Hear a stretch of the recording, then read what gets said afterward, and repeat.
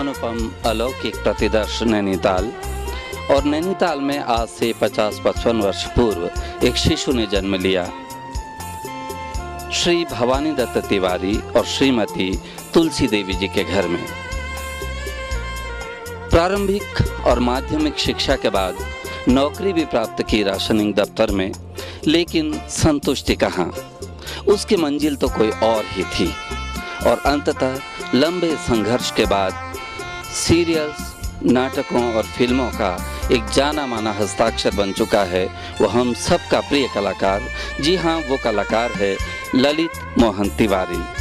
तो ललित जी, आपका स्वागत और अभिनंदन। आपको प्रणाम निवेदित करते हुए हम अपने सभी दर्शकों की ओर से आज त्रिदेशीय सरोवर नैनीताल में एक बार फिर से आपका स्वागत और अभिनंदन करते हैं। नमस्कार। धन्यवाद, शुक्रिया, थैंक यू। तो ललिता, आज हम अपने दर्शकों की जानकारी के लिए और युवा पीढ़ी की अभिप्रेरणा के लिए कुछ सवाल आपसे करना चाहते हैं। पढ़ाई के बाद नौकरी और फिर नौकरी के बाद अचानक ये राह, बताइए एक्टिंग की ओर कब और कैसे आकर्षित हो गए हमारे ललिता? बचपन में वैसे मैं बड़ा शर्माता था और शर्म की हद ऐसी थी कि नए कपड़े भी मैं नहीं पहन सकता था। नए कपड़े पहनने के बाद भी मुझे किसी दोस्त की इंतजारी होती थी खिड़की से कि वो आए तो फिर मैं ज़रा उसके साथ निकलूं। तो एक्टिंग का शौक था, जैसा कि शायद हर बच्चे को होता होगा, टीनेज लाइफ में होता है, फैसिनेट करता है। तो वैसा ही मेरे को भी हुआ होगा, बट मैं उसके लिए कुछ खास परिश्रम नहीं कर सका। मतलब रामलीला से लेके रामलीला में भी मैं तो कई तालीम वालीम करता था, मैं गा नहीं पाता था, कुछ मेरा सिलेक्शन नहीं होता था। अल्टीमेटली मैं बंदर और राक्षस में लैंड करता था, तो उसमें भी कुछ नहीं कर पाता। ऐसे भी रामचला सा बड़ा हुआ, तो फिर रामलीला के थोड़े से कुछ नाटक होते थे रामलीला के बाद, तो उनमें से एक आध में मैंने काम किया। फिर एक बार हुआ ये कि हमारे वहाँ के सुरेश गुरानी कृष्णा ज्वेलर्स वाले थे, वो रेगुलर ड्रामा करते रहते थे। और मेरी मदर कभी कभी उनसे, क्योंकि गरीबी की हालत थी, तो कभी वैसे ही पुराने जेवर तो आए कुछ बनवान वाले थी, तो वहाँ मिलना जुलना था। तो मैंने उससे कहा कि करता है नाटक, तो तुम इसे मिला दो मेरे को। जी। तो वही ले गई मेरी माँ, जो मतलब बाद में अगर गुस्सा भी हुई जब मैं ड्रामा स्कूल जाने लगा। तो उन्होंने तपाक से मेरे को बहुत पॉजिटिव आंसर दिया। उन्होंने कहा अरे बहुत बढ़िया बात है, अभी हमारा शरदोत्सव शारदा संघर्ष शुरू होने वाला है और अब तुम क्या तैयारी कर लो, तुम आओ, बस हो गया। वो उसके शायद 1-1.5 महीने बाद ही रिहर्सल शुरू हो गई और हमने विष्णु प्रभाकर का एक नाटक किया। अब मेरा उसका नाम मैं भूल गया, शायद या तो सीमा रेखा होगा जी, या ऐसे ही कुछ और नाम होगा, मेरे को अभी याद नहीं आ रहा उसका। और तब से वो धीरे धीरे हर साल शरदोत्सव के नाटक होते रहते थे जी। और उसी के साथ साथ मेरे जॉब्स का भी इधर उधर होता रहता था। कुछ दिनों मैंने स्वर्गीय देवीराम साहब से सितार भी सीखा जी। तो वो उनकी कृपा से हो गया। वो दुर्गालाल शाह जी हमारे इंचार्ज हुआ करते थे जल विभाग में उसमें तो वो बिजली पानी के मीटर ठीक करता था। शाम को छुट्टी होती थी, उनके साथ ही वहीं संकीर्तन मंडली में चला जाता था मैं। जी। तो वहाँ सितार सीखा मैंने जी। और ये ड्रामा भी चलता रहता था। प्रकाश चौधरी जी, एक और भी थे प्रकाश चौधरी जी के साथ, अभी उनका नाम मेरे को याद नहीं आ रहा। सती, बड़ी अच्छी उनकी आंखें थी, तो वो भी बहुत अच्छा ड्रामा करते थे। तो इन लोगों ने भी मेरे को बहुत उत्साह दिया और वो सभी लोग, जितने लोग भी थे, वो बड़े उत्साहित करने वाले लोग थे। तो बड़ा मतलब पॉजिटिव रहता था। तो इसी तरह चलता रहा। अभी बहुत लंबा सा बखान है, पूरे एक एरा है इसका। हाँ, एक युग है। हाँ, एक युग है। मतलब फिर युगमंच बनाया हमने, बहुत अच्छे लोग उसमें आए, लाइक हरीश पंत, मुन्नू तिवारी, सुरेश पंत, धीरज पंत, शरद, ऐसे ही कई सारे लोग। ललिता, अक्सर लोग याद करते हैं आपको जब अंधेर नगरी यहाँ पर खेला गया था, नाटक किया गया था, तो अंधेर नगरी में भी आपने बहुत ही एक अच्छा अभिनय किया था। तो उन दिनों नाटक में जो आपने अपने मित्रों के विषय में बताया, और उन दिनों नाटक का कैसा माहौल था और उसने आपको एनरिच किया आपकी क्षमता को आगे बढ़ने के लिए, हमारे जो नए जानने वाले जो दर्शक हैं उनके लिए ज़रूर बताएं। उस टाइम में असल में मैं इसको कुछ ऐसा मानता हूँ कि जैसे कोई दैवी प्रताप था। बहुत अच्छा शब्द। शायद ये कुछ लोगों को, क्योंकि ऐसा पहले नैनीताल के इतिहास में इतने भयंकर तरीके से कभी हुआ नहीं था। क्योंकि जब एक बार हम जुटे तो हम ड्रामा करते ही रहे जी। देखने का अंदाज लोगों का वैसा ही था, कोई ऐसा नहीं कि हमारी पब्लिक बढ़ गई या ये हो गया वो हो गया, बट हमारा कुछ इंथुजियाज्म इतना भयंकर रहा कि हम उस चक्कर में कई जगह चले गए। कहते हैं कभी मतलब रामनगर तो हम कितने साल गए, हम प्रयाग भी गए। तो मतलब अब ये छोटी मोटी बात नहीं है कि अब एक ग्रुप छोटे छोटे लड़कों का है जो टीनेज हैं, कोई बीए में पढ़ता है, कोई इंटर में पढ़ता है, कोई एमए में पढ़ता है, मतलब इस तरह के लोग इकट्ठा होके, और नौकरी पेशे वाले भी हैं, उसमें रिस्पॉन्सिबिलिटी वाले भी हैं। तो वो लोग सब मतलब इतनी दूर हम चले जाते थे और हम ड्रामा करते तो रेगुलर करते रहते थे हम। तो ये रेगुलर तो मतलब मैं कभी अपनी जिंदगी में इमेजिन ही नहीं कर सकता, उसके बाद कभी हुआ ही नहीं। और एक छोटे से शहर, और इतने छोटे शहर में जहाँ लोग नाटक देखते भी नहीं है, कोई देखने का शौक भी नहीं है, तो वो बहुत मतलब कमाल की बात है। मतलब उसके बारे में मैं उस तरह से कभी नहीं सोच सकता जो प्रैक्टिकल लाइफ में जिस तरह की रियलिस्टिक बातें लोग करते हैं कि ऐसा हुआ तो ऐसा हुआ। नहीं, बिल्कुल दैवी प्रताप ही मानता हूँ, लेकिन उसके बाद फिर कुछ हो ही नहीं पाया, तो कहीं डेवलपमेंट ही नहीं हो पाया। ऐसे ही वो धीरे धीरे वो फिर खंडर नुमा हो गया, और अब तो बिल्कुल ही उन्होंने काम करना बंद कर दिया। और दादी नैनीताल के बाद फिर श्री राम कला केंद्र में शायद आपने, श्री राम सेंटर में आपने बहुत सारे नाटक किए हैं कहते हैं, लेकिन उससे पहले एनएसडी, तो एनएसडी की कोई याद, ताकि हमारे युवा अभिप्रेरित हों कि एक छोटे से शहर से कोई बच्चा जाता है और नौकरी छोड़ करके जाता है, इतना ज़्यादा कमिटमेंट है, तो एनएसडी के दिनों की कोई हल्की सी याद जरूर बताइए। अब ऐसी कोई खास याद तो मेरे को आ नहीं रही है। नहीं, ये कहा जाता है कि एनएसडी के बाद आपने एनएसडी रंगमंडल ज्वाइन नहीं किया, बल्कि श्री राम सेंटर में आपने ज्वाइन किया। मेरे को लगा क्योंकि वहाँ जब अप्रेंटिस ट्रेनिंग के लिए आपको 1 साल के लिए देते हैं जी, तो उसमें आमतौर से क्या होता है, जो रेगुलर एक्टर हैं काम तो उन्हीं को मिलता है। और वो ठीक भी आई ना मैं, इसलिए कि आप अपने अभी जो परिपक्वता आपने गेन करनी है, और परिपक्वता ऐसे ही गेन कर सकते हैं वो जो सीनियर एक्टर हैं उनको देखते हुए, क्योंकि आप जितना टेक्निकल ट्रेनिंग लेनी है, जितनी थ्योरी ट्रेनिंग लेनी है वो तो ले चुके हैं, लेकिन प्रैक्टिकल इतने मतलब मजे हुए कलाकारों के साथ उनको काम करते हुए देखना, उनको रिहर्सल करते हुए देखना, उनकी ईमानदारी देखना जी, उनका कन्विक्शन देखना, वो अपने आप में बड़े लाजवाब बात है, बहुत बड़ी। उसमें बड़े कमाल के उस टाइम में, मतलब अब मैं दैवी प्रताप की बात कहूँगा, क्योंकि उसके बाद वो ज़माना भी धीरे थोड़े से टाइम में ख़त्म हो गया। तो मनोहर सिंह जैसे, सुरेखा सीकरी, उत्तरा वावकर, क्या कहते हैं, पंकज कपूर, के रैना, विजय कश्यप, वसंत जोसलकर, रघुवीर यादव, तो ऐसे कमाल के कलाकार थे और कमाल का काम करते थे जी। और उन्होंने हमें भी कमाल के चीज़ें सिखा के हमें कमाल का एक्टर बना दिया। बिल्कुल दैवी प्रताप है कि आपको इतने अच्छे लोगों के साथ संसर्ग आपका हुआ। तो लल्ला, जब डिस्कवरी ऑफ इंडिया के बाद महाभारत सीरियल आया था, तो महाभारत के दिनों में जब वो सीरियल आता था तो बाजार में लगता था जैसे कर्फ्यू लग गया, और हम बताते फिरते थे कि जो ये संजय का अभिनय कर रहे हैं ना, ये हमारे दाजू हैं या हमारे शहर के हैं, लोग यकीन भी नहीं करते थे।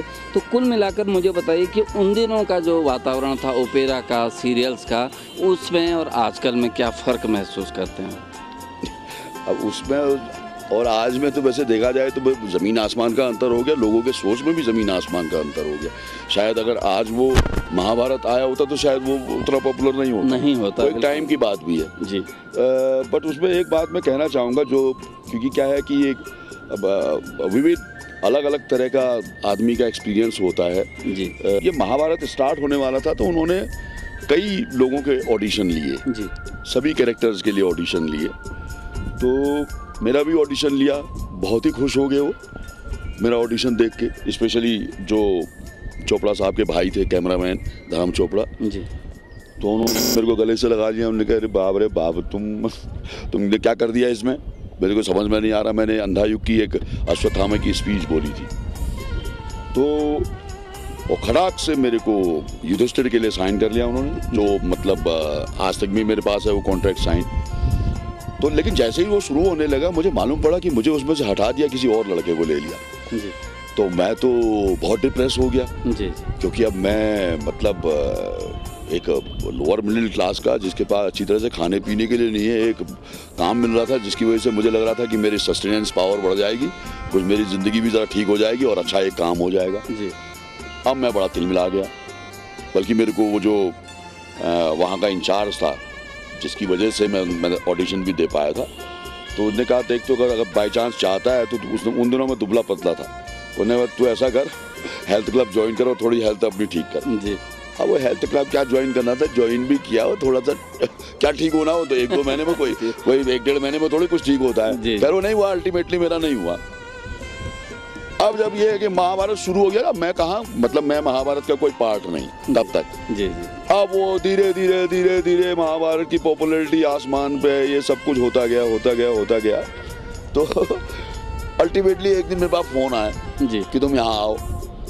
मैं पहुंचा वहाँ, तो रवि चोपड़ा ने मेरे से कहा कि भाई साहब ऐसा है, तुम ये संजय का रोल करो जी। अब मेरे को तो युधिष्ठिर के सामने वो संजय का रोल, वो तो फुस यार, इसको क्या करना है। मैंने उनको आउटराइट रिजेक्ट कर दिया। मैंने नहीं सर, मैं ये नहीं करना चाहता। मतलब मेरा कोई इंटरेस्ट नहीं रहा कि वो महाभारत पॉपुलर हो रहा है नहीं हो रहा है, क्योंकि मैं इसी तरह का आदमी था जी। तब भी बड़ा ब्लंट और बहुत ही मतलब अगर मन में कहीं लग गई ऐसी बात, क्योंकि मैं अच्छा काम करने के लिए वहाँ आया हुआ था। इस बेसिकली मैं असल में इसलिए बताना चाह रहा हूँ कि कभी कभी जिंदगी में किस किस तरह की चीजें होती हैं और आदमी को किस किस तरह की चीजों से सामना करना पड़ता है। नई पीढ़ी के लोगों के लिए मैं पूछ रहा हूँ, जो वो बिल्कुल समक्ष होता है आपके, फिर उसमें क्या होता है कि आपको ज्यादा देर सोचने का टाइम भी नहीं होता। अब मैंने मना किया तो हुआ ये कि तब तक तो उन्होंने दूसरे को फोन कर दिया। अरे उन्होंने तो 1-2 दिन बाद शूटिंग करनी थी जी। दूसरे को फोन कर दिया। लकीली कहो या अनलकीली कहो, जो भी हम कहें, मतलब तो मेरा एक खास दोस्त था बम्बई का ही, अशोक शर्मा, वो मेरे को अलग ले गया थोड़ी, जब तक फोन वोन हो रहे थे किसी लड़कों को। तो उसने कहा यार देख ललित, तू पागल आदमी है, तू क्या समझता है कि अगर तू नहीं करेगा ये सीरियल बंद हो जाएगा या इसकी पॉपुलैरिटी कम हो जाएगी। तो बिल्कुल बेवकूफ है। देख तेरे पास अभी कोई काम नहीं है, तू कुछ कर नहीं रहा है, ये एक पॉपुलर सीरियल है और संजय भी कोई छोटा रोल नहीं है जी। तू कर। और गाली देके कहा, मैं गाली यहाँ पर नहीं बक सकता, अदरवाइज उसने माँ बहन की गाली देके मेरे को कहा कि तू बेवकूफ है अगर नहीं करता है। खैर मैं उसकी बात मैंने मान ली और मैंने हाँ कर दी जी। अब उसकी पॉपुलैरिटी बेसिकली थी जिसकी वजह से संजय पॉपुलर हो गया। दूसरा, संजय की पॉपुलर इसलिए भी शायद ज़्यादा हुआ होगा मेरे ख्याल से, जो मुझे लगता है, क्योंकि जितने भी पुराने लोग हैं वो बहुत अच्छी तरह जानते हैं कि भगवत गीता में सबसे पहले एक ही शब्द लिखा होता है, संजय उवाच। तो वो पूरे पुराने लोग जानते हैं, नए लोग जाने चाहे नहीं जाने। तो उस टाइम में भी पुराने जमाने की तरह का एक पुराने संस्कार जीवित थे, इसीलिए वो उतना पॉपुलर हुआ ना। दाजू आपकी भाव प्रवणता और आपकी आवाज वो बिल्कुल हो सकता है, वो तो इन वे सभी का था फिर जी।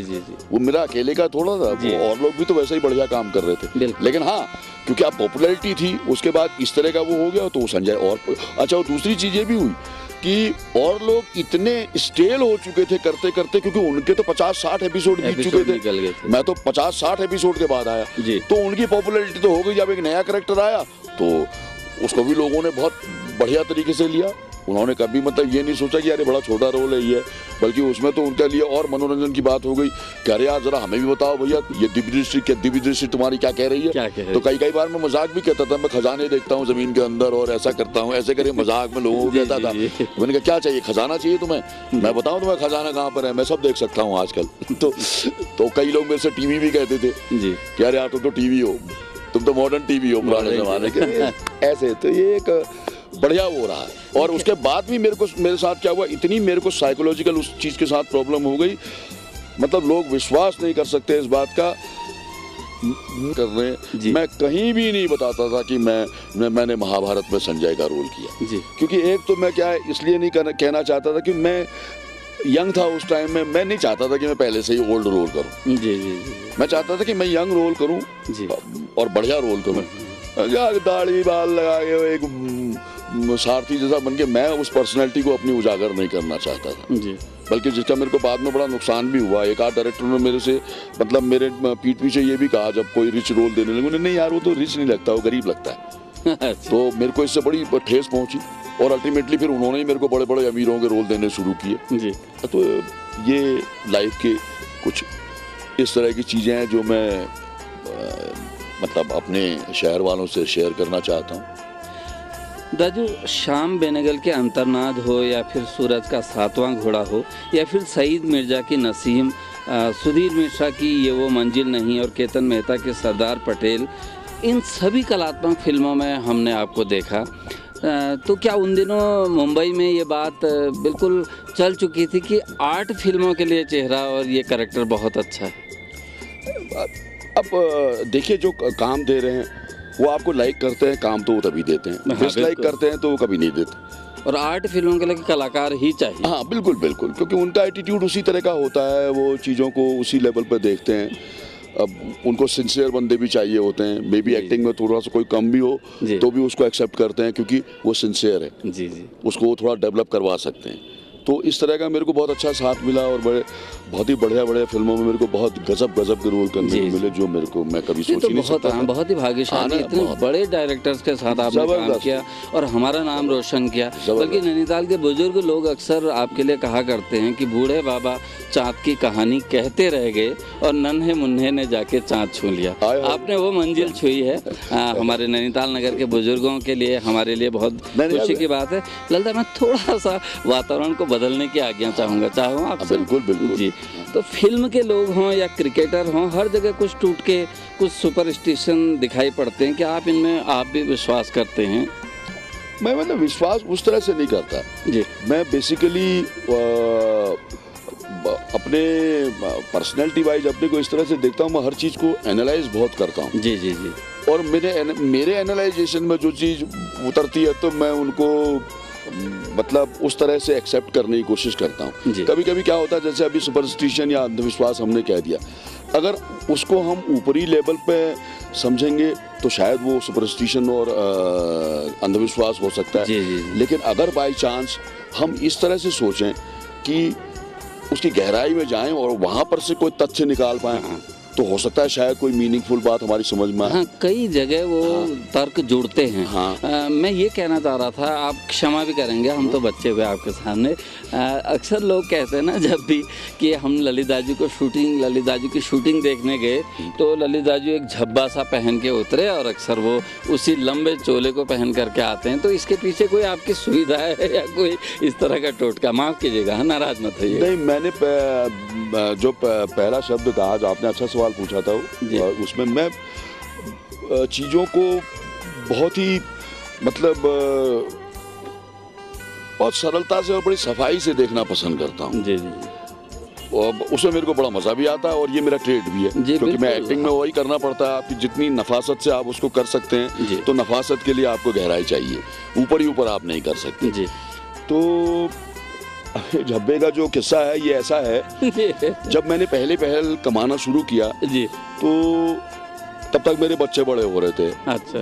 रक्षित मेरा करीब 10-11 साल का हो गया था, सुकरात मेरा 4-4.5 साल का था। तो अब पता नहीं वो दिमाग में पता नहीं कितनी आपकी चीज़ें होती हैं, वो कहाँ से कैसे अमलगमेट होती हैं, उतना लंबा तो उसको मैं सोचने की मेरी शक्ति नहीं है। बट मेरे दिमाग में ये आई कि यार घूमने के शौक की वजह से कि यार कोई ऐसी यात्रा की जाए जो जितना भी मतलब मैंने अपनी ज़िंदगी में घूमा घामा या जो भी मैंने मतलब उससे गेन किया, या जो मेरे टीचर्स ने या जो मेरे चारों तरफ के वातावरण ने या मेरे नैनीताल ने, पहाड़ ने मेरे को फैसिनेट किया, उन सब चीज़ों को मैं कैसे एक पिटारे में मतलब बंद कर सकता हूँ। अच्छा। तो अब जब मैं पैसा कमाने लग गया और गर्मियों के दिन आने लग गए, तो धीरे धीरे मेरा दिमाग इन चीज़ों को रोज़मर्रा एनालाइज करता रहा और मैं बड़ा फैसिनेट होता रहा अपने विचारों में, कि जब मैं अपने विचारों को डेवलप करते करते किसी चीज़ पर पहुंचता था कि ये करूँगा, उसमें ये करूँगा, ये करूँगा, ये करूँगा, तो उस तरह से वो करते करते जब यात्रा करते करते तक झब्बा ही नहीं और बहुत सारी चीज़ें मेरे दिमाग में आ गई। सबसे पहली बात तो दिमाग में यह है कि यात्रा आपको ऐसे नहीं करनी है जैसे लोग करते हैं। हाँ, यात्रा ऐसे करनी चाहिए जैसे पुराने ज़माने में लोग किया करते थे। जी। क्योंकि मैंने यात्रा का मुद्दा अपने एक तो ये बनाया कि मैं किसी बड़े शहर में घूमने का मैंने कोई प्लान नहीं बनाया जी। किसी हिस्टोरिकल प्लेस का मैंने नहीं बनाया, मैंने सिर्फ अपने स्थान का बनाया, क्योंकि मुझे लगा कि मेरे बच्चे एक तो अब ये देखिए इसमें अलग अलग अब ये पॉइंट आए। मेरे बच्चे पहाड़ से अनभिज्ञ हैं, वो एक तो पैदा ही बम्बई में हुआ, एक पैदा नैनीताल में हुआ लेकिन वो बम्बई में ही रहता है। जी। इनको पहाड़ों का, गाँवों का ज्ञान ही नहीं है, पता ही नहीं है। जी। बिल्कुल उस सिटी में रह रहे हैं जहाँ बिल्कुल एक मिक्स कल्चर है और कोई संस्कृति उस तरह से दिखाई नहीं देती है। बिल्कुल एक हिवायर सा शहर है बम्बई जिसमें आप रह रहे हैं। जी। तो सबसे पहली बात तो मेरे दिमाग में ये आई कि कहाँ जाना चाहिए। मैंने दिमाग में आई कि चलो अब पहाड़ी लोग जाते हैं। मैंने भी कभी जिंदगी में बद्रीनाथ केदारनाथ नहीं गया हूँ, क्योंकि पहले सबसे पहले यही नाम आते हैं। वो गंगोत्री जमुनोत्री नहीं आता है। बद्रीनाथ केदारनाथ एक बड़ा वो अलंकार की तरह लगता है। वो बद्रीनाथ अकेले भी नहीं आता नाम, बद्रीनाथ केदारनाथ, बद्री केदार ऐसे कर देते हैं। तो मैंने कहा वहाँ ले जाना चाहिए। अच्छा। तो गर्मियों में मैं आया। अब मैं उन को पॉइंट को नहीं बताऊंगा, उनको मैं डिस्क्राइब करूंगा ऐसे जी। अपनी यात्रा के दौरान। तो नैनीताल आया तो मैंने अपने भाई से कहा, मेरे भाई एक वैन दिला दे तू मेरे को। अच्छा। क्योंकि वैन मेरे को लगा कि एक अपने आप में एक छोटा पूरा घर है जिसमें सब कुछ हो सकता है। जी। तो उसमें मैंने अपने घर से बिस्तर, रसद, स्टोव, सब मतलब खाने का, रहने का पूरा सामान उसमें रखा। एक ड्राइवर मेरे साथ था और मैंने एक 10-12 दिन की छोटी सी यात्रा प्लान की। मैंने चलना शुरू किया। सबसे पहले हम हरिद्वार पहुंचे। हर की पौड़ी पर हमने नहाया और सबसे पहले मैंने वो झब्बा जो था इसलिए बनाया था कि ऐसी जगहों में हजारों की भीड़ होती है। मतलब कभी कभी ये होता है कपड़े बदलने में भी आपको अलझाट या मतलब परेशानी भी होने लगती है और आपको शर्म भी आने लगती है। जी। तो इसी चीज को देखते हुए मैंने वो झब्बा डिजाइन किया था। मैंने कहा इसका सबसे बड़ा फायदा क्या है कि नहा के आए, कच्छा पहन के नहा के आए और फट से गर्मियों के दिन होते हैं, कोई जरूरत नहीं, पोंछने तक की जरूरत नहीं होती। जी। क्योंकि जिस तरह के झब्बे में पहनता था वो खादी के झब्बे होते थे, वो पानी को एकदम सोख लेते थे टॉवल की तरह। तो मैं खट से आके उसको सीधे अपने पहन लेता था। सबसे 1 सेकंड में मैंने पहना और खट खट कर करके मैं अंडरवियर उतार देता था और अंडरवियर उतार के अपने धो धा के अपने रख देता था। तो लोग मेरे को देखते रह जाते थे, अरे यार अभी तो इसने नहाया, अभी कपड़े भी बदल लिए इसने। तो ये मेरे लिए सबसे बढ़िया, बल्कि इसमें मेरा साथ दिया। मैं तो बल्कि औरों के लिए, अपनी वाइफ और बच्चे और दूसरे बच्चे, पहले बच्चे के लिए ही बनाने वाला था, लेकिन वो मेरे छोटे बच्चे ने साथ दिया। उसने काफी देर तक वो झब्बा पहना। उसने ही पहना, मैंने ही पहना। और जूता तो ऐसे उतर गया, वही होता है दैवी प्रताप। जूता तो मैं घर से पहन के गया था, बट वो एक बार उतरा तो उतरा। उसके बाद मैंने जीवन में जितनी भी यात्राएं की इधर की तरफ, वो सारी यात्राओं में नंगे पाँव ही रहा। सारी, चाहे मैं गोमुख गया हूँ, चाहे मैं जमुनोत्री गया हूँ, चाहे मैं फिर बद्रीनाथ, केदारनाथ, मुनस्यारी, पिंडारी, ऐसे कितनी सारी जगह। वो पता नहीं अपने आप ही फिर मेरे को ऐसी कोई प्रॉब्लम ही नहीं हुई। जबकि कई लोग मेरे को बड़ा परेशान करते थे, क्या तुम्हारे पाँव कंकर नहीं चुभते क्या, तुम्हारे गाँव ऐसा नहीं होता क्या। मैंने कहा यार मैं चल रहा हूँ, मुझे चलने दो, तुम मुझे परेशान मत करो। तो इस तरह से और कई चीजें। फिर हम रस्तों में रुकते थे, हम कभी होटल में नहीं रुकते थे। हम अपना ब्रेकफास्ट नदियों के किनारे बनाते थे, मंदिरों के किनारे बनाते थे, लंच बनाते थे, डिनर बनाते थे। कहीं भी गंदगी नहीं करते थे, प्लास्टिक कहीं नहीं फेंकते थे, पॉलीथीन कहीं नहीं फेंकते थे। बल्कि कई जगह के तो मेरे यात्राओं के इस तरह के एग्जाम्पल है कि रस्तों के पॉलीथीन मैं बटोर के लाया बंडलों में, फिर मैंने जहाँ डस्टबिन था वहाँ डाला। इस तरह की मैंने अपनी आदतें बनाई। मैंने कहा कि ये मुझे अपने बच्चों को सिखाना है। बल्कि यहाँ तक कि मैंने बच्चों को पैसे खर्च करने के लिए भी दिए। उन्होंने वो पहले दिन ही खर्च कर डाले। जैसे ही मैं किसी चीज को लेता था तो कहते बाबू मैं दे देता हूँ पैसे। मैं उनसे हिसाब भी नहीं पूछता तूने कितने पैसे वापस लिए कैसे। वो उसको अपने आप ही, वो चाहे उसने कम दिए या ज्यादा पैसे दिए, मैं कोई मतलब नहीं रखता। मैं कहा ये तुम्हारा काम है हिसाब किताब करना, इस तरह की चीजों को। और उससे मैं देखता रहता था कि इन पैसों से वो कौन सी चीजें खरीदते हैं, कौन से उनके इंटरेस्ट हैं। मैंने कभी उनको कैंपा कोला या थम्स अप पीते हुए नहीं देखा। मुझे बड़ी खुशी हुई। मैंने कहा यार मैंने इनको 100-150 रुपए दिए तो इन्होंने तो सब दे दिए। बस सिर्फ एक दिन भरूच में कहीं हम लंच कर रहे थे तो वो बड़ी देर तक नहीं आए, तो बड़ी के हम घबरा भी गए। वो दोनों भाई फिर दूर से ऐसे थम्स अप पीते हुए आते हुए दिखाई दिए। बस वो पहला और आखिरी किस्सा है। अदरवाइज मैंने कभी उनको ये कोल्ड ड्रिंक इस तरह की चीजें खाते पीते नहीं देखा। तो ये मेरे को अच्छा लगा। हम रास्ते में पेंटिंग करते थे, रास्ते में फुटबॉल खेलते थे, क्रिकेट खेलते थे, रास्तों में सोते थे। मेरे बीवी बच्चे कार में सो जाते थे, मैं और मेरा ड्राइवर जमीन में लगाया बिस्तर, उसमें सो जाते थे आराम से। इस तरह से हमने यात्राएं की। तो इस वजह से मेरी लाइफ ने बहुत डेवलप किया और मेरे परिवार ने बहुत डेवलप किया। दादी, जैसे परंपरागत इंटरव्यूज़ में इस तरह की बातें पूछी जाती हैं, आपका शौक़ और आपके क्या क्या आपके शौक़ हैं, इस तरह की बात, तो लेकिन ये स्वतः ही बातें आ रही हैं। मैं पूछना चाह रहा था आपकी यात्राओं के बारे में, और स्वतः ही झब्बे के बहाने यात्राएं जो अक्सर है वो आ गई बात। एक बात मैं और पूछना चाहूँगा, क्योंकि ये जो हमारे दर्शक हैं ये फिल्मों से भी अनुराग रखते हैं, यहाँ के कल्चर से भी अनुराग रखते हैं। अक्सर कहा जाता है, बल्कि कई लोगों ने यहाँ से नैनीताल से भी गए थे, ये जहुर्दा लोग भी गए थे वो फिल्म देखने के लिए। हमने सुना कि कमल स्वरूप की एक फिल्म थी ओम दरबदर, तो वो फिल्म में आपने मतलब हीरो का मेन लीड रोल किया था, बहुत अच्छी फिल्म बनी थी। लेकिन अक्सर बाद में फिर ये मुंबई जगत में ये बात बॉम्बे में कही जाती थी कि उस फिल्म में जिसने काम किया वो ठीक तरह से इस्टेब्लिश नहीं हुआ, एक सिवाय आपके। मतलब ऐसा क्या था, मैं जानना चाह रहा हूँ। कहते थे कि एक ललित तिवारी जी के अलावा और लोग फिर इस्टेब्लिश नहीं हो पाए ढंग से। नहीं, वो तो ये है कि अब मजाक के लेवल पे कुछ कहा जा सकता है। अब आपने जो दुनिया की पहले इस संसार की सबसे पहली ध्वनि है ओम, उसी को दरबदर कर दिया, तो फिर साला तुम्हारा भला कैसे हो सकता है? आपका भला कैसे हो सकता है? तो हमने अपनी बुराई तो पहले ही निश्चित कर ली थी, मुझे ऐसा लगता है। अच्छा। तो वो हुई भी जी, क्योंकि वो सबसे पहले शूटिंग में ही उसकी एक शूटिंग का पूरा 1 महीने का शेड्यूल खराब हो गया। हाँ। फिर उसको बड़ी मुश्किल से पूरी करनी पड़ी, और पूरी करने के चक्कर में जो फिल्म एक बहुत अलग तरह की बन सकती थी, वो फिल्म एक बहुत अलग तरह की बन गई। तो आप उस फिल्म को लोगों ने नहीं, तो वो ऐसा ही होता है। आप उन लोगों ने उसको कह दिया हिंदुस्तान की पहली अपसर्ड फिल्म हो गई है ये, इस तरह की। जबकि हाँ, मैं भी अभी तक देख नहीं पाया उसे, जबकि वो कई बहुत बढ़िया जगह बड़े फंक्शंस में दिखाई जा चुकी है, और इंटरनेशनल फिल्म फेस्टिवल में दिखाई जा चुकी है। बहुत अच्छी फिल्म बताते हैं। मैंने बहुत बढ़िया जी, वो कमल स्वरूप जो आदमी है वो अपने आप में जीनियस है, और ऐसी स्क्रिप्ट मैंने आज तक देखी ही नहीं जो उसने स्क्रिप्ट लिखी है उस तरह की। और दादी, शुरू में हम फिल्म देखते थे दूसरी तरह की होती थी, लेकिन बीच में कुछ एक्सपर्टीज़ उसमें देखने को मिली, जैसे डांस डायरेक्टर बहुत बड़े बड़े नाम, उसके बाद जो हमारे सिनेमेटोग्राफर हैं, लाइट डायरेक्टर हैं। तो बीच में जो ये विकास हुआ जो फिल्मों के साथ एक्टर डायरेक्टर के अलावा और विधाओं का, इसके बारे में बहुत संक्षेप में हमारे दर्शकों को बताएं।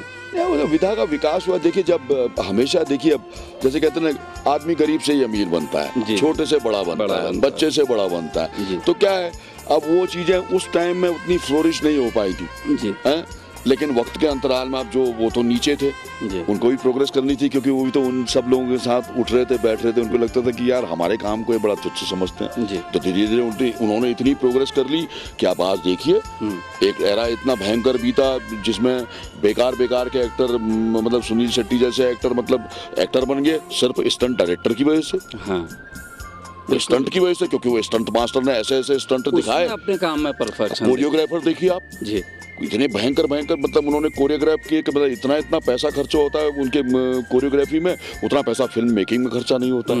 तो उन्होंने मेहनत की, प्रोग्रेस की, और अपने अंजाम तक पहुंचे जी। तो ये होना ही था ना, आदमी नीचे से ही प्रोग्रेस करता है ऊपर। और इस चक्कर में ये भी हुआ कि जो इतने नामचीन, इतने बढ़िया, इतने रिफाइंड डायरेक्टर थे, वो डायरेक्टरों की टीम, वो एक्टरों की टीम, दिलीप साहब, राज कपूर, संजीव कुमार, मतलब ऐसे धुरंधर एक्टर, रहमान, किन का नाम लेंगे, डेविड, आप उन जमाने के जितने एक्टरों के आप नाम लें जी, नादिरा ले जाए, वैजंती माला, वैदा रहमान, मतलब किस की आप बात करेंगे, मीना कुमारी, मतलब एक से एक। आज आप एक भी नाम नहीं ले सकते। वो फिर उन्होंने ऊपर से नीचे आना था। हाँ, बिल्कुल, वो जैसा होता ही है जी, आप क्या करोगे, वो तो नियत ही है। किसी की भी आप ऊपर जाओ फिर नीचे आओगे। वो उनमें प्रोग्रेस करने वाले रहे नहीं, और जो प्रोग्रेस करने वाले रहे उनको लोग देखने वाले नहीं रहे, लाइक श्याम बेनेगल, केतन मेहता, सईद मिर्जा। तो यही एक प्रॉब्लम हो गई। हाँ, तो दाजू, हम अब अपने इंटरव्यू के दूसरे चरण में प्रवेश कर रहे हैं, तो आपके बारे में आपसे बेहतर माताजी बता सकती हैं। तो थोड़ी देर के लिए हम विश्राम करेंगे, और श्रीमती तुलसी देवी, ललित दाजू की माताजी से हम बात करेंगे ललित दाजू के बचपन के बारे में। और आप कहीं जाइएगा नहीं, उसके बाद हम फिर ललित दाजू को लेकर के स्त्री ऋषि सरोवर के बीच में ही आने जा रहे हैं।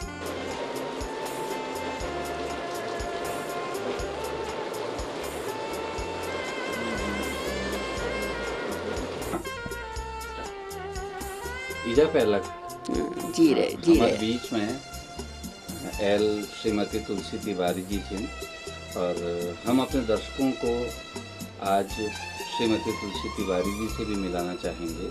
ललित तिवारी जी के बारे में हम बातचीत करना चाहेंगे। तो सबसे पहले हम शुरुआत करना चाहेंगे उनकी माता श्रीमती तुलसी तिवारी जी से। ईजा, जो बचपन में ललित दाजू का रुझान फिल्मों की तरफ था या बाद में ये सब कुछ हुआ, और बचपन में ललित दा कैसे बच्चे थे? बचपन में थोड़ा चंचल था, ये चंचल तो था ही जी, लेकिन बुद्धिमान था, एकदम याद कर लेता था, हर चीज़ को पकड़ लेता था। जी, और बाद में इसकी पढ़ने में भी बहुत होशियार था। बचपन में ये 12 12.5 साल तक बहुत होशियार था। 12.5 साल का था, हाई स्कूल का फॉर्म भर रहा था। अच्छा, हाँ, और 8 साल का था, 6 में एडमिट हुआ ये। अच्छा, हाँ, ये बहुत होशियार था, इतना था। और इसकी किताब काफ़ी इतनी स्वच्छ रहती थी कि टीचर लोग इतने खुश रहते थे, बहुत खुश रहते थे। और लेकिन बाद में इसको पिक्चर की चॉइस हो गई, अपने आप ही पता नहीं कैसे हो गई। तो ईजा, आपको याद है कि पिक्चर की चॉइस आप कह रहे हैं कि पिक्चर की तरफ रुझान ललित तिवारी जी का कब से हुआ? ये करीब हो गया, करीब इनकी उम्र कितनी रही होगी? 13-14 साल से हो गई थी। अच्छा, तो आपने भी मतलब आपने मन से चाहा था कि ये नहीं। कलाकार बने? आप क्या चाहती थी? हम तो बहुत ही विरोध करते थे, खूब डांटते थे जी। और इसकी कभी कभी पिटाई भी करते थे। अच्छा, पिटाई भी बहुत होती थी इसमें। जी। हम कहते पढ़ने में मन क्यों नहीं लगाता था। जी, मेरी चॉइस थी कि ये कोई अच्छा अफसर बने या अच्छा कोई पब्लिक में इस तरह से पब्लिक की सेवा करने वाला बने। जी, लेकिन मैं नहीं चाहती थी, मैं जानती भी नहीं थी कि पिक्चर क्या चीज़ है। अच्छा, हमें जानती नहीं थी इस बारे में, मतलब वैसे देखती थी लेकिन समझती नहीं थी। मैं सोचती थी कि ऐसे ही लोग इसमें आते हैं, हमारी मतलब का ये चीज़ नहीं है। नहीं है। लेकिन ईजा, फिर आपने कब तय कर लिया कि जब बच्चे को पिक्चर में ही जाना है, फिल्मों में ही जाना है, तो फिर जाने दिया जाए? ये आपने कब तय किया?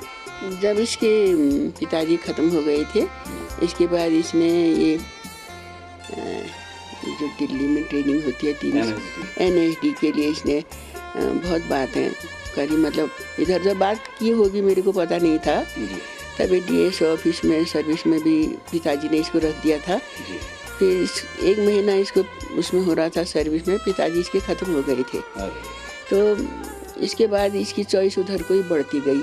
ये कोशिश करता गया होगा, मेरे को पता नहीं था। जी, लेकिन इसका नाम आ गया उसमें। NSD, हाँ, NSD में इसका नाम आ गया, वहाँ से मतलब वहीं के खर्चे से जी, इसका नाम आ गया। तो ये खुश हो गया। तब दुकान थी, हमारा होटल भी था जी, और छोटा भाई था इसका। उससे कहने लगा अच्छा मैं जाता हूँ, तो कर लेगा दुकान अच्छी तरह से? उसने कहा हाँ मैं कर लूँगा। खुश हो गया, ये चला गया। अच्छा, फिर मैंने कुछ नहीं कहा। फिर आपने कुछ हाँ, कहा? कुछ ईजा, आज तो बिल्कुल हिंदुस्तान में बहुत बड़ा नाम है हाँ। ललित तिवारी जी का, और ये हिंदुस्तान के बहुत ही जाने माने कलात्मक फिल्मों के डायरेक्टर्स उनको चुनते हैं अपनी फिल्मों के लिए। तो पहली बार जब आपने ललित तिवारी जी की फिल्म देखी, कब देखी, कुछ याद है ईजा आपको? कब देखी थी और कैसा लगा उसको? वह कौन सी मंजिल, ये भी अच्छा, देखा हाँ, था। हाँ। हाँ, वह कौन सी मंजिल भी देखा। जी, और एक इंटरव्यू भी देखा इसका, थोड़ा सा सीरियल जैसा था वो। हाँ, और इसका ड्रामा देखती थी मैं श्री राम सेंटर पे, बहुत बढ़िया ड्रामा हाँ, करता श्री राम था। सेंटर में भी रहे। बहुत तो पहली बार आपने इनको फिल्म में देखा? हॉल में देखा जाए यहीं पे? नैनीताल? नहीं, टीवी में? टीवी में देखा। तो अच्छा लगा आपको? बॉम्बे में देखा, अच्छा, यहाँ नहीं देखा। अच्छा, हाँ, बॉम्बे में देखा। तो पहली बार आपको कैसा लगा? आपको लगा कि जिस बच्चे को जो बनना होता है वो माँ बाबू ने बनने देना चाहिए? हाँ, नहीं वो ठीक है। फिर हमने तय कर लिया कि इसने ऐसे ही करना है। जी, फिर हमको पता भी चल गया कि इसने तो इस तरह का काम करना है जी, कि सब लोगों की नज़र इस पे टिकी रहे नज़र। तो आज जब पत्र पत्रिकाओं में और इनमें बहुत इन्हों नाम हो, और टीवी में, रेडियो में या मतलब फिल्मों में हम नाम सुने न, तो नैनीतालों मतलब मस्तक उच्च हूँ तो तुमको कौस लागू होता? भले लागणीर है, ठीक लागणीर है। हाँ, आपण शहर आपण ये जरासी थोड़ी गौरव हैगी। हाँ। और एक इंसान मतलब ऐसे निकल लो मोटी कि चलो ये तू उजागर करो, और यह वजल कतु नैनताला लौंडे बीरन वहाँ मेरे समझ में बहुतों मतलब प्रैक्टिस करी, काम मिला उनको, बहुत से लोग आई, बहुत से लोगों को बॉम्बे में इन्होंने हाँ ललदा कबीर, बहुत से लोगों को सहारा मिलो। और ये अपन जो इच्छा थी, जो मतलब ये अपन प्रकृति ले चाहिए इस किस्म की परोपकारी भावना थी, इस नीचे की सिर्फ मैं ही बनूं, मेरा ही नाम हो, इस वाल भावना नहीं थी। एक तो फिल्मों तरफ रुझान बहुत ज्यादा, और दूसरा मतलब किस तरह को इनका रुझान था जैसा आम बच्चे का नहीं होता। हाँ, इसका रुझान फिर मतलब ऐसे बहुत मैंने सुना है कि एक बहुत बड़ा चौगा पहन के मंदिरों की तरफ भी जाते हैं, तो क्या बचपन में भी इस तरह के थे? जैसे हर मंदिर में कई धाम इन्होंने कर लिए हैं, तो क्या बचपन में भी मंदिरों की तरफ या देवी देवताओं की तरफ रुझान रहा इनका? मंदिरों में तो ये बहुत जाता था, फिर जाता था इसी एम से। उससे पहले तो मैंने इतना ध्यान नहीं दिया, सिर्फ पिक्चर की लालसा से ही मंदिरों में ये हाँ पिक्चर की लालसा से ही मंदिरों में जाता था और वहीं मस्तक अपना नवाता था बस। अच्छा, तो इधर एक चीज़ मैं आई पूछना चाहूँ, जो आजकल मतलब जो माताएं हैं उनके बच्चों को भी मतलब रुझान होता है हर चीज़ का, कोई मिलिट्री में जाना चाहता है, कोई वकील बनना चाहता है, तो आप उन माताओं से क्या कहना चाहेंगे? वो जानते हैं कि कौन सा था कि कौन व्यवहार करना चाहिए अपन बच्चों के संदेश दिला बच्चों लीजिए सब अपन अनुसार ठीक है संदेश दिनी जी, ये साथ साथ ऐसे थोड़ी बच्चे के लिए इच्छा देखना पड़े। अच्छा हाँ, अपन अगर हम अपन खींचने की कोशिश कर, बच्चा अपन तरफ नहीं खींच तो थोड़ी बोले खिलने है जहाँ वो तू मनल काम नहीं करन, चलो वीक चौई इज्जत खचू, थोड़ी वो मर्जी में आपको चलन पड़ू कि बच्चा छूने बोले हमन के लिए देखना, अगर हम नहीं देखो तो को देखो, थोड़ी आपको के लिए वो तरफ झुकना पड़ू, अगर थोड़ी होगा आप तरफ झुकने की कोशिश करता तो थोड़ी हमन के लिए झुकना पड़ू। इस बात में हन कि वो हमारे उमियाल हम जस सोचो सही हो, इस नहीं है बच्चे चॉइस देखना पड़े। आजकल नई जबान छू, नई पीढ़ी छू, और हमारी पीढ़ी थोड़ी जगह छू कि मैं बाप ने जस के और बच्चा उमें ढल गया और उस उत्के तक उन्हें दुनिया छू, उत्के तक वो सीमित छन यो नहाती। आजकल दुनिया बहुत ज्ञान है वो बच्चों को, पेपरों में और ये में टीवी में या में देख भी बच्चा बहुत होशियार है गई, शायद हम हवेले होशियार है गई ने कोई चीज़ों में हमन हवेले होशियार है गई, ये बात नहाती जो चीज़ ज्ञान हमन की नहाती वो चीज़ ज्ञान उन्हन की छो। तो ये हमारी माँ बाप के लिए थोड़ी बच्चे चॉइस देखना पड़े और देखना चाहिए जी। हाँ, तो इजा हम तो बिल्कुल शुभकामना देनो आपको कि आप दीर्घायु होला, शतायु होला, और ये तो भल संतान आपको मिल रहा है, सब लोग बहुत भल बच्चा छिन, और हम सब तरफ बैठे अपन दर्शकों सब इनर बाबू हाँ पुण्य छी, इनर बाबू महान पुण्य छी, इनर बाबू सारे शहर में भगत जी कभी प्रसिद्ध छी जी, भगत जी कुछ उन्होंने। अच्छा, तो और बिल्कुल सरल स्वभाव और सीधा आदमी छी, उनर के हाँ, सीधा मेरे वेले शायद वो बढ़ी छी, मेरे वेले शायद उनर और उच्च ख्यालात छी और स्वच्छ विचार छी, उनर आशीर्वाद ले सब कुछ हो बस। तो दर्शकों तरवे और हमारे जतुगले दर्शक और श्रोता छिन इनर तरवे हम आपको शुभकामना देनी, और ललित दाजू बहुत आगे बढ़ाल, सब नानते अपन बहुत भल मंजिलों में जानी है और जाल। तो यही शुभकामना के साथ एक बार फिर से एंजॉय म्यूजिक परिवार करवटी आपको हम प्रणाम निवेदित करनू और धन्यवाद करूँगा। और एक बार फिर से हम देवपाटा, अयारपाटा, हाडी भाडी, चीना, आलमा, शेर का डांडा और लड़िया कांटा पहाड़ियों के बीच, इन 7 पहाड़ियों के प्राकृतिक दुर्ग के बीच त्रिऋषि सरोवर नैनीताल में आदरणीय ललित मोहन तिवारी जी के साथ आपके सम्मुख फिर से उपस्थित हैं। तो ललता थोड़ा सा कुमाऊनी में बात है जो बिल्कुल जी, जब ले कोई ठुल नाम या वो शूटिंग वाली जी जैसे सुभाष घई जी होनी या हेमा मालिनी जी होनी, बस वो अपन इंटरव्यू में कोनी कि वाह ये तो स्विट्जरलैंड है, यहाँ तो बहुत ही बड़ी बड़ी फिल्में बननी चाहिए और हम बस इतना में खुश है जानो और वीक बात बैठी बात बंद है जाए क्यों यहाँ फिल्म बस। तो यह फिल्म इंडस्ट्री के रूप में यहाँ डेवलप कराना लीजिए आप क्या अपेक्षा रखा? अब अपेक्षा तो बहुत ज़्यादा छू, लेकिन अब अपेक्षा लीजिए यहाँ कोई लोग तैयार नहीं थी, मतलब ना हमूल कब उस तरीके की बात करी उन्होंने, लेकिन अगर है जो तो बहुत बल छू। और यो मैं सिर्फ एक सरकार ये चीज़ें मदद कर सकी क्योंकि ये चीज़ें प्रचार प्रसार यहाँ बहुत कम छू और यहाँ जो नई जनरेशन उन्हें वो दिमाग मतलब वेस्टर्नाइजेशन तरफ तो बहुत जानो, तो वेस्टर्नाइजेशन तरफ जानो तो वो पक्ष एक योला चूँकि वो हर क्षेत्र की कुछ ना कुछ एक्सप्लोर करना चाहनी जी, तो एक्सप्लोर करना दिन चैन अगर हम पास रास्ता नहीं थे क्योंकि अब हमारे स्टेट बन गो भाई थोड़ी बजट दिवेर अगर अब अगर थोड़ी इन चीज़ों की खर्चा तो यह वजह यहाँ मेंटल डेवलपमेंट बहुत हो भाई। अगर आप अच्छी चीज़ें करते हैं तो अच्छी चीज भली चीज़ों तो बिल्कुल डेवलपमेंट हुई भाई, उनको वो सुविधाएं मुहैया होंगे तो आएंगे मतलब लोग। हाँ मतलब आप करेंगे तो वो चीज़ें डेवलप होती रहेंगी। अब नहीं करते क्या, हमारे वहाँ रामलीला में करने वाले कितने बढ़िया कलाकार हैं जी हमारे ज़माने जब हम बचपन में थे तो हमें तो लगता है कि आज तक हम वैसे कलाकार बन ही नहीं सके, जी, बन नहीं सका उस कलाकार वो ऐसे करती थी बाप रे, मतलब आदमी सैनियों रोल कर लो और बिल्कुल तुम कुना चाहो ये सैनी छू हाँ बिल्कुल तुमकी लागण लग रहा है जो आदमी छू। अब यह फिर कमाल बात है कि मैं तो आज तक कभी सैनी एक्टिंग नहीं कर रही जी, अगर बाई चांस कभी तो मिगी मिलल तो मिगी तो लागण मेरे पसंद छूट जाल मैं करा नहीं पूल ऐतु भल लोग छी लेकिन के हो के ने हाँ आज वो कलाकार रहती उले रहती के डेवलप करे ने कहले वो चीज में ध्यान नहीं दी जी, बस साल भर में एक दिन दशहरे का टाइम आएगा, रामनवमी होगी ये होगा तो आपने वो चलो वो एक दिन है आपका तो आपने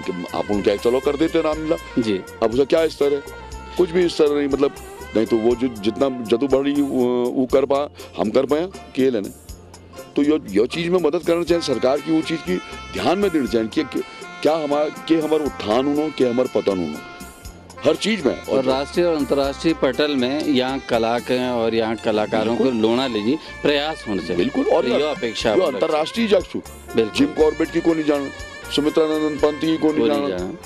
अब सोचो जब ऐतो तो महान लोग यहाँ यो जग में पैदा रही तो दुनी जानी यो जग की दुनी यो जग की देखूं तो यहाँ तो कतु डेवलपमेंट है, डेवलपमेंट बट यहाँ देखो तो डेवलपमेंट के हो होटलों डेवलप मेटेरियलिस्टिक वेस्टर्नाइजेशन बस उनके अलावा की डेवलपमेंट दिखाई जी, आदि में संस्कृति ठीक छू मंदिर में जब घंटा बजा दी है बस है वो संस्कृति छू नंदा देवी का डोला उठा लिया उतनी संस्कृति है। उसके बाद वो कहाँ, उसके बाद क्यों जब आप इतना बड़ा नंदा देवी का डोला उठा सकते हैं उसके बाद भी तो आप टाइम टू टाइम बहुत सारे काम कर सकते हैं जी, आराम से कर सकते हैं। थोड़ा टाइम देखो जरूरी थोड़ी है रोज ही करना है, अरे आप 3 महीने बात कर लो 4 महीने बात कर लो, आप वो टीम तो तैयार करो ना जो नंदा देवी वाली टीम है उसमें 4 लोग और इन्वॉल्व करो तो हम ये काम भी कर देते हैं हम ये काम भी कर देते हैं हम ये काम भी कर देते हैं, उनमें ज्यादा पैसा थोड़ी लगता है। मत बनाओ आप फिल्म, आप नाटक करो जी, आप कविता पाठ करो आप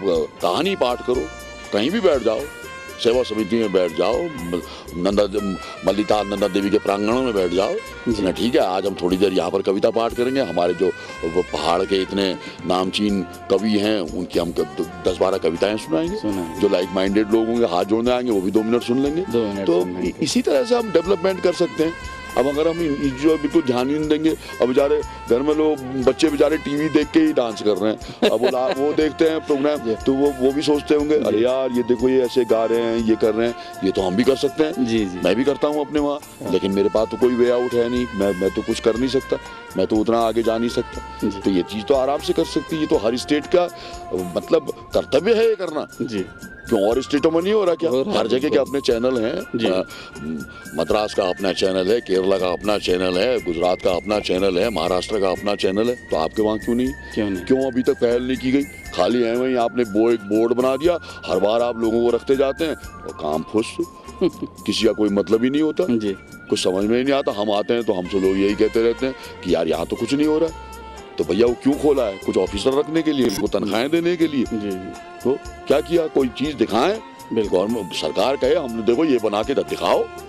राजू जैसे बंगाली क्लासिक्स पर कई फिल्में बनती हैं और बहुत अच्छी फिल्में बनी हैं, तो आपके मन में भी ये इच्छा कभी होती है कि कुमाऊनी क्लासिक्स पर भी यहाँ की कहानियों पर और यहाँ के परिवेश पर अच्छी फिल्में बने, और यदि बनेगी कभी तो आप जरूर उसमें शामिल होना चाहेंगे? बिल्कुल। तो बताइएगा कि आपकी इच्छा और ये कैसे संभव हो सकता है? अभी संभव तो सिर्फ इसी लेवल पर हो सकता है कि अगर कोई इस तरह के लाइक माइंडेड लोग हैं जिनको आप पैसा भी है, जो ये सोचते हैं कि चलो यार ये बात काम किया जा सकता है। वैसे भी यहाँ पर मैंने एक बात नोट की, यहाँ पर पता नहीं इतने अमीर हैं भी या नहीं है मैं नहीं जानता, लेकिन जितने भी हमें यहाँ चैरिटी का इतना शौक नहीं है, दान देने का इतना शौक नहीं है। नहीं तो आज कई जगह तो लोगों ने कई चीज़ें करते हैं, वो अपने राइटरों को उठा देते हैं, चलो यार जिसने बहुत बढ़िया कहानी लिखी है इसको हम छपवा देते हैं। यहाँ पर ऐसा बहुत कम दिखाई देता है। लोग पता नहीं, अभी लोग अपने आप में बहुत ही अपने आप में सिकुड़ गए हैं घों। और पैसे वाले लोगों ने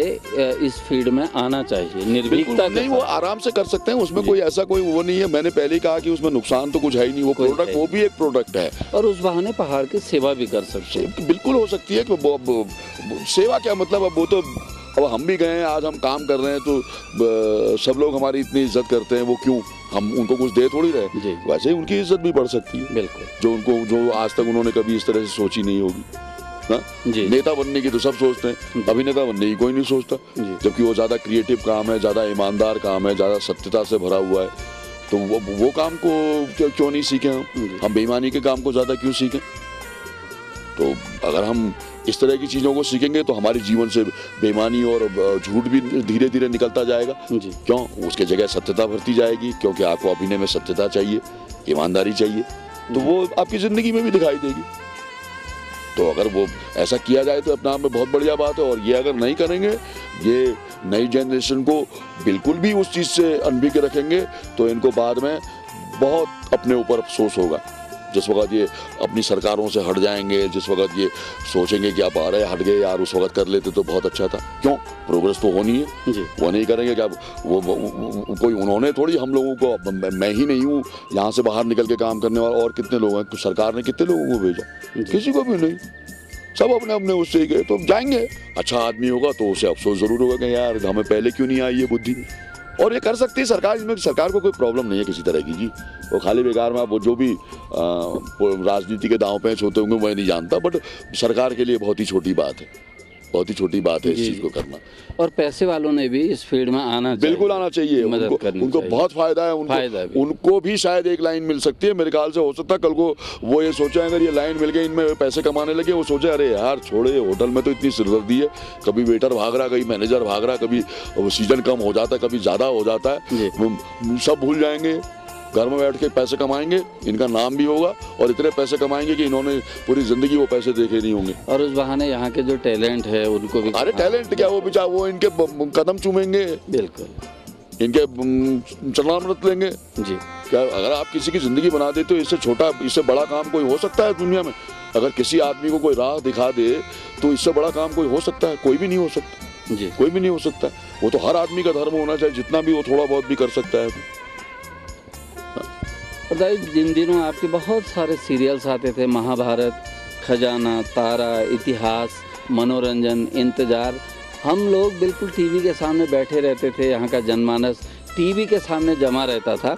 तो उन दिनों बहुत से युवा लोग प्रेरित भी हुए कि फिल्मों में जाना चाहिए और फिल्मों में अपना कैरियर बनाया जा सकता है। तो ये युवा पीढ़ी के बच्चों के लिए आप कुछ कहना चाहेंगे कि वहाँ कैसे जाया जा सकता है और वहाँ जाने का मूल मंत्र क्या है?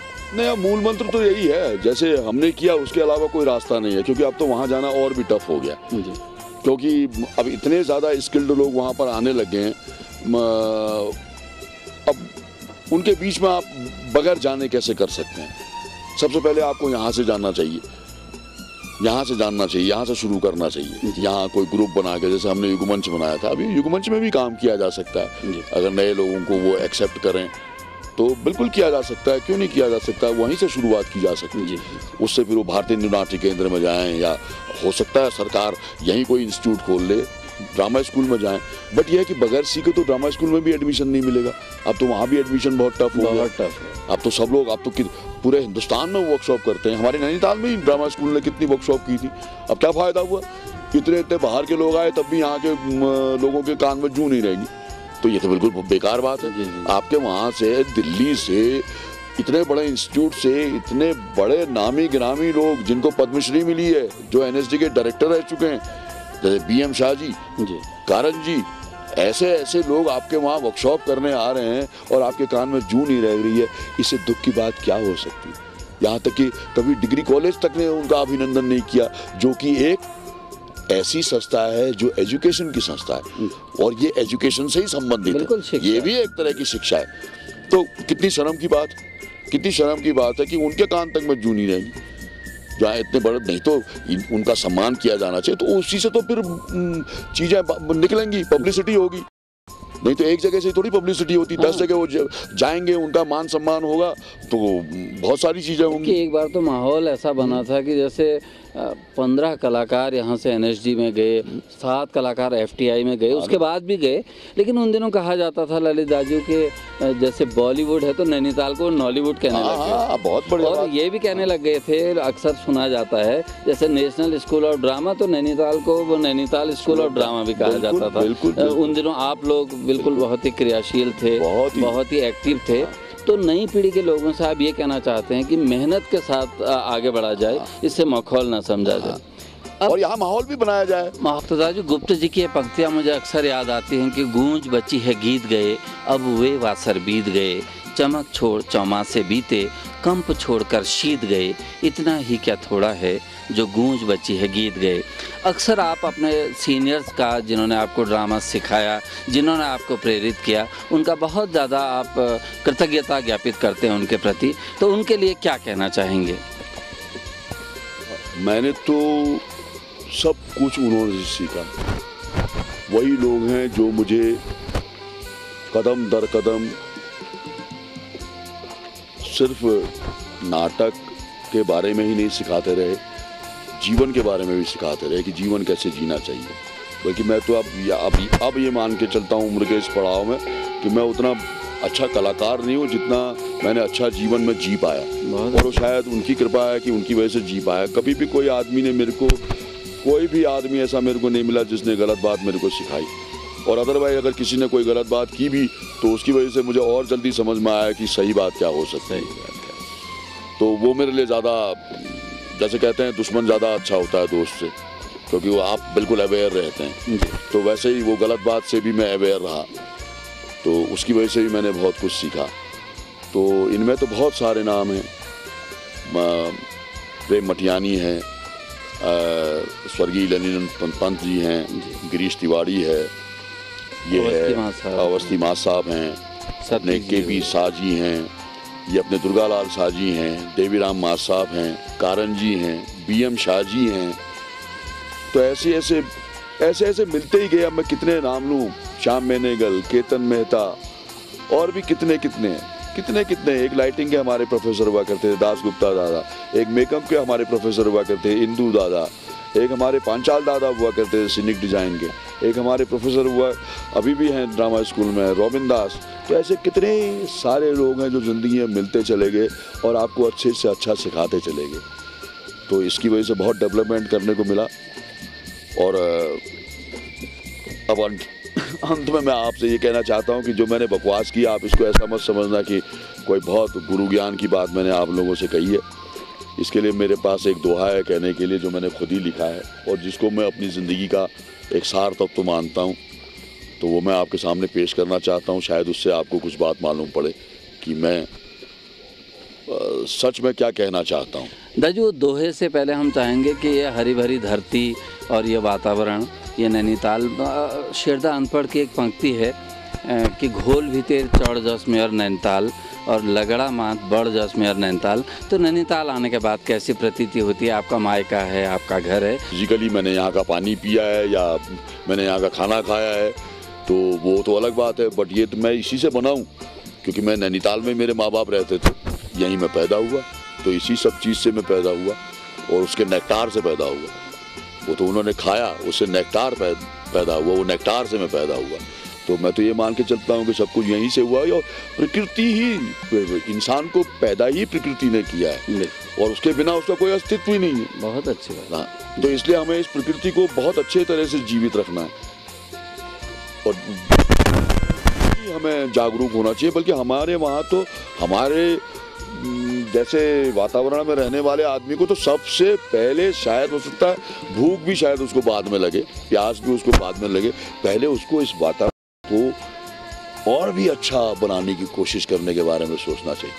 अगर वो कर लेगा तो एक दिन उसके बच्चे, उसके आने वाले जो पीढ़ी होगी वो उसके मतलब गुणगान करेगी। और नहीं तो अगर वही गड़बड़ होगी, जैसे आज हमारी नई जनरेशन गाली दे रही है कि नैनीताल को कितना बेकार कर दिया, और पुरानी जनरेशन जो नैनीताल देखा था वो डिस्नीलैंड स्विट्जरलैंड ही था। आज वैसा स्विट्जरलैंड नहीं है, ये तो कोई भी मानेगा, कोई भी मानेगा। यहाँ का यंग लड़के से भी आप पूछेंगे तो वही मानेगा। तो आपने गुणगान करने लायक तो कोई काम किया नहीं। तो अब ये बड़ी अजीब सी बात। तिवारी जी, हमारा ये नंदाष्टमी का मेला, नंदा देवी का मेला बहुत ही चर्चित परिचर्चित है और लोग बहुत ही इसको पूरे वर्ष भर इसकी प्रतीक्षा करते हैं। इस मेले से संदर्भित कोई बात जरूर हमारे दर्शकों को आप बताएं, सुनाएं।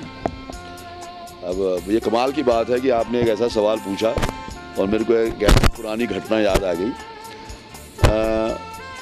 बहुत साल पहले की बात है, तब हमारी उम्र कोई होगी ऐसे ही 15-16 साल। हम नंदा देवी के रात की बात है। तो हम दोस्तों ने तय किया कि चलो आज नाव चोर के नाव से मल्लीताल जाएंगे, नंदा देवी का मेला देखेंगे।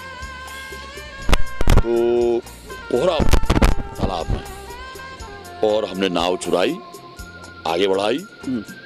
अब आप विश्वास नहीं कर सकते, पता नहीं नंदा देवी जी ने गाली दी होगी या क्या हुआ होगा, हम कोई घंटे 1.5 घंटे तक उस कोहरे में अपनी नाव को इधर उधर करते रहे कि ये मल्लीताल की ओर जा रही होगी, और हमको मतलब तालाब का और छोर नहीं मिला 1-1.5 घंटे तक। और जब तक हम किनारे में आए तब तक इतनी देर हो चुकी थी कि हमको लगा कि अब तो नंदा देवी का मेला ख़त्म हो गया होगा। रात का जो कार्यक्रम होता है, जो भैंस काटते थे या ये करते, जो भी करते थे उस टाइम में, वो ख़त्म हो गया होगा, और हम बगैर देखे मतलब वहीं पर से वापस अपने घर को चले गए। तो ये बड़ा अजीब सा किस्सा है। बाकी ये हमारी माँ की देवी है, सबका भला करे और कर रही है, लेकिन लोग उसका भला नहीं कर पा रहे, क्योंकि उन्होंने नैनीताल को इतना पोल्यूटेड कर दिया है और नैनीताल की बहुत सारी संस्कृति छीन ली है। सबसे ज़्यादा ख़राब मुझे क्या लगता है, यहाँ पर एक स्विमिंग का बहुत बड़ा कल्चर था, जिसको लोग सिर्फ स्विमिंग सोचते होंगे। मुझे अपने बचपन की याद आती है कि बच्चे मतलब 5 साल के बच्चे से लेके 60-70 साल के बुढ़े तक एक साथ कोई तैरना सीखता था, कोई तैरता था। यहाँ तक कि म्युनिसिपल बोर्ड एक इंस्ट्रक्टर रखती थी, वो सब चीज का ध्यान देता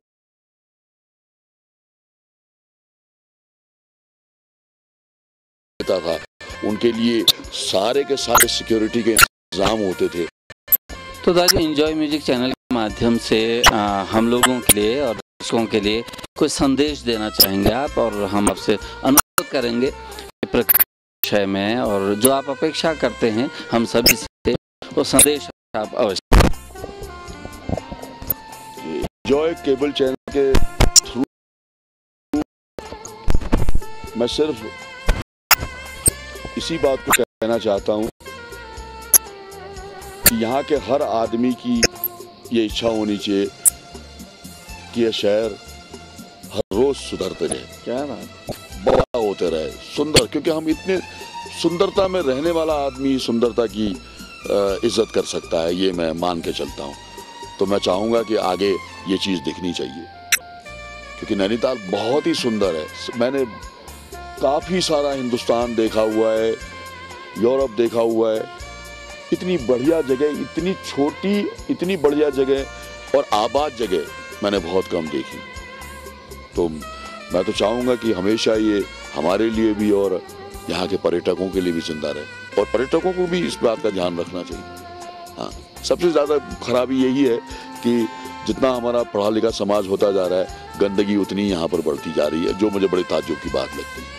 एक बात के लिए ज़रूर मैं थैंक यू बोलूँगा कि यहाँ पॉलीथीन बंद कर दिया गया, ये बहुत बढ़िया है। लेकिन कमाल की बात यह है कि पंसारी के लिए तो पॉलीथीन बंद कर दिया है, लेकिन जो बड़ी बड़ी कंपनियां हैं, जिनके बड़े बड़े शोरूम हैं यहाँ पर, वो बड़े आराम से पॉलीथीन के पैक में आपको बिल्कुल उनका नाम छपा होता है, वो बहुत बढ़िया वो होते हैं।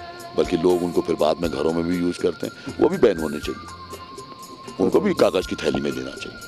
क्यों उनके लिए ये स्पेशल वो क्यों? वो भी तो खराबी है, वो भी तो वेस्ट है। तो ऐसा किया जा सकता है, बड़े ईजी बात है। और मैं, क्योंकि मैं आदर्शवादी इतना होना नहीं चाहता, लोगों को लग रहा होगा मेरे इंटरव्यू से कि मैं बड़ा आदर्शवादी कुछ ऐसा हूँ। मेरे दिमाग में सिर्फ एक ही बात आती है अपने लिए, सब ने सब कुछ कह दिया, क्या मुंह खोलें अब? क्या? दुनिया वैसी ही रही जस पहली तब। सब ने सब कुछ कह दिया, क्या मुंह खोलें अब। दुनिया वैसी ही रही जस पहली थी तब। ओ बुधवा मत अपना कुछ रख। बस इसके साथ मैं अपनी बात समाप्त करता हूँ। अगर कोई बड़े बोल या किसी को चिंगोटी काट दी तो प्लीज़ मुझे माफ़ करना। शुक्रिया, धन्यवाद, thank you and goodbye. Lalit Mohan Tiwari ji, आप हम सभी का नाम इसी तरह रोशन करते रहें, इसी तरह नैनीताल का विशेष परिचय देते रहें। अंत में सभी फॉर्मल इंटरव्यू की तरह एक बार फिर से हम आपको धन्यवाद तो नहीं कहना चाहते हैं, लेकिन फिर भी धन्यवाद। आप हमारी धरती के सपूत हैं और आप इसी तरह हम सभी के मार्ग प्रशस्त करते रहें, प्रेरणा देते रहें और आप सतजीवी हों, दीर्घायु हों। इसी के साथ हम अपने दर्शकों से आज की इस विशेष सभा में आज्ञा चाहेंगे।